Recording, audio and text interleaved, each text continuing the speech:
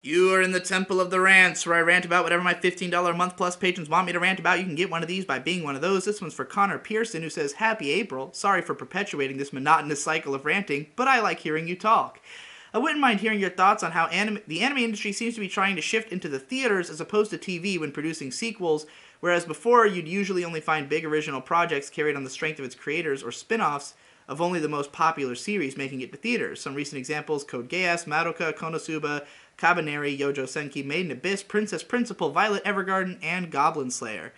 The big reason for this is simply money. I mean, in the current landscape of anime, it's very hard to monetize anime on a large enough scale to really justify the cost of production.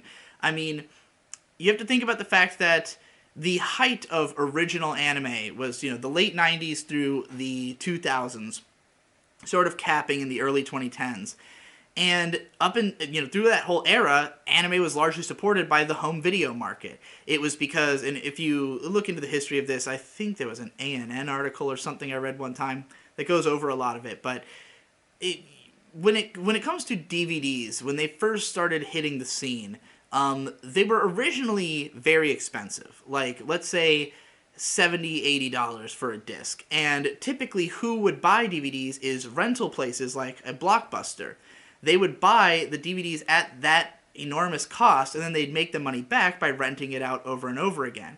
But eventually, people were so into owning DVDs that they started dropping the cost, at least here in America, because enough people eventually had DVD players that they could justify, instead of selling it at a high cost to a rental place and then people, renting it over and over again, enough people were just going to buy it that you could make enough money to justify the DVD release, even if you released it cheaper.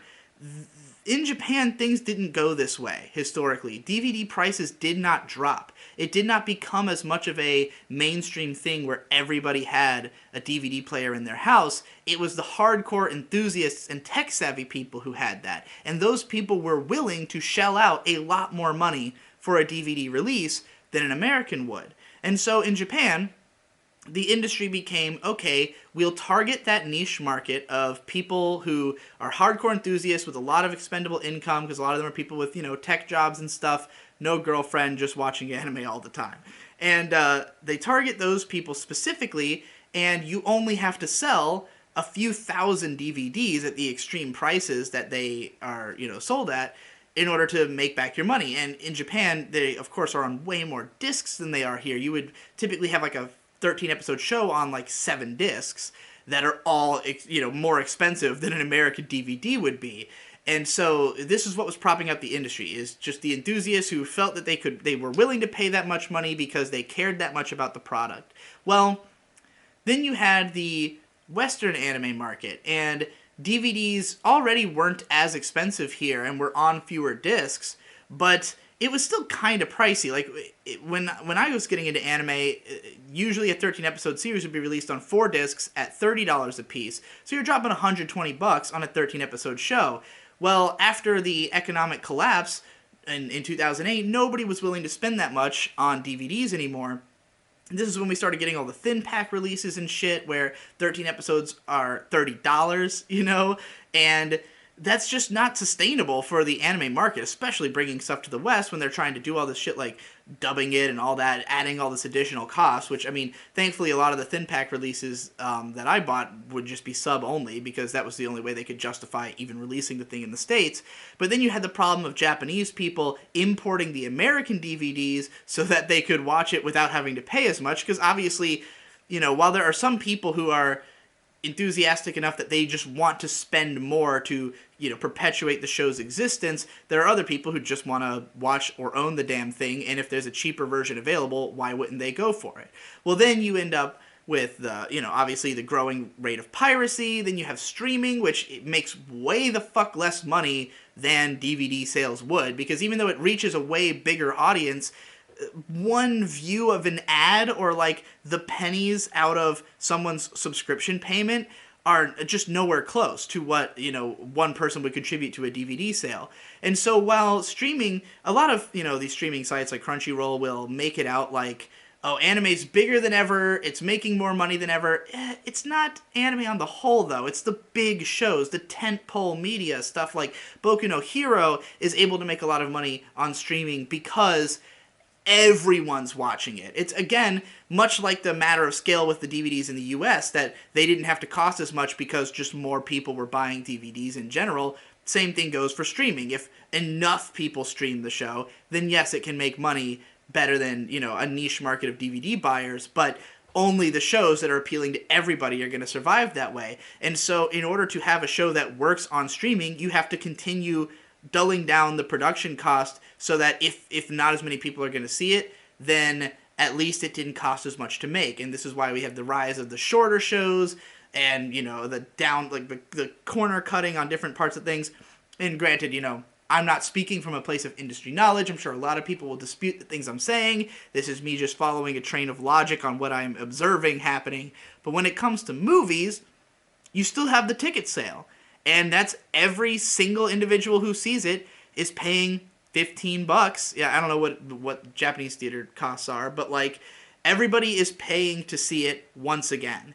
And so it's a lot easier for you to make a product that is of higher quality. It doesn't have to be an entire show. It doesn't have to have as many people tied up in it because you're not selling it to networks, So it's like you get to have a more complete creative vision, a better quality product, and people will pay for it, which is going to make your money back way better. And obviously it has to be a property that you have some confidence in. I mean, everything you named here is a popular series. So as soon as you have a popular enough series, it's like, well, fuck, we could make another 13 episodes and try our luck on streaming and see if we can make as much money as the first season, or we can just make a movie and guaranteed if the fans come out to see the movie, we're going to make way the fuck more money off of this, Then there's also the matter of the original intellectual properties and how, a lot of these studios they're trying to create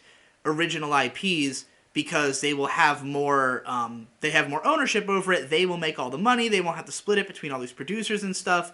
And I think that a lot of the times now, shows are being created as a sort of testing ground because, I mean, an original IP is a huge risk because, of course, if it fails, you're taking all the blame for it. This is why you would want all those producers and everything. But, like, I think that, for instance, with Kyoto Animation, they'll put out these IPs that they own, and if the TV show is successful, that is their permission to then make a movie, and, not only do they get to make something that looks better, which is obviously what anybody in the industry would want to do. Everybody wants to work on the highest possible quality product, but they're going to make way the fuck more money back, and there's a growing worldwide industry for these movies, because it used to be that anime films, they come out in Japan, they might do well there, but then it takes they usually take 9 months before they come out on DVD over there. They let that theater experience ride for a lot longer. They really, don't want to just flip it right away and try to put it on sale on DVD the way that a lot of movies here do. But the Western fan base will almost never catch on to these things because it doesn't show up in a seasonal mal chart, But now with stuff like G-Kids doing these limited theater runs in pretty much any major city or even minor city, I mean, even here, I went to see Akko's Inn a few days ago, which is a movie I wouldn't have expected anybody to go see, but just because G-Kids has been really good about promoting these movies and there's people who are following just that chain. If you're on Twitter and you're following enough people who talk about anime, you're guaranteed going to hear about every time a movie is coming out stateside in theaters. And so, now there's potential for these things to get wider releases, and they're more respected because, again, they're better, in general in terms of quality. So, more people will word of mouth spread it. It has more longevity.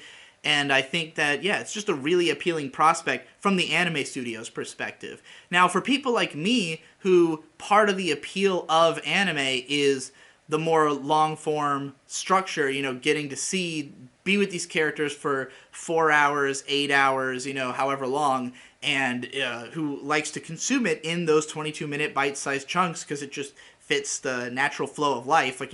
when you watch a movie, you really got to sit down and watch a movie and pay attention for 2 hours, you know, as opposed to being able to get up every 20 minutes or so if you need to.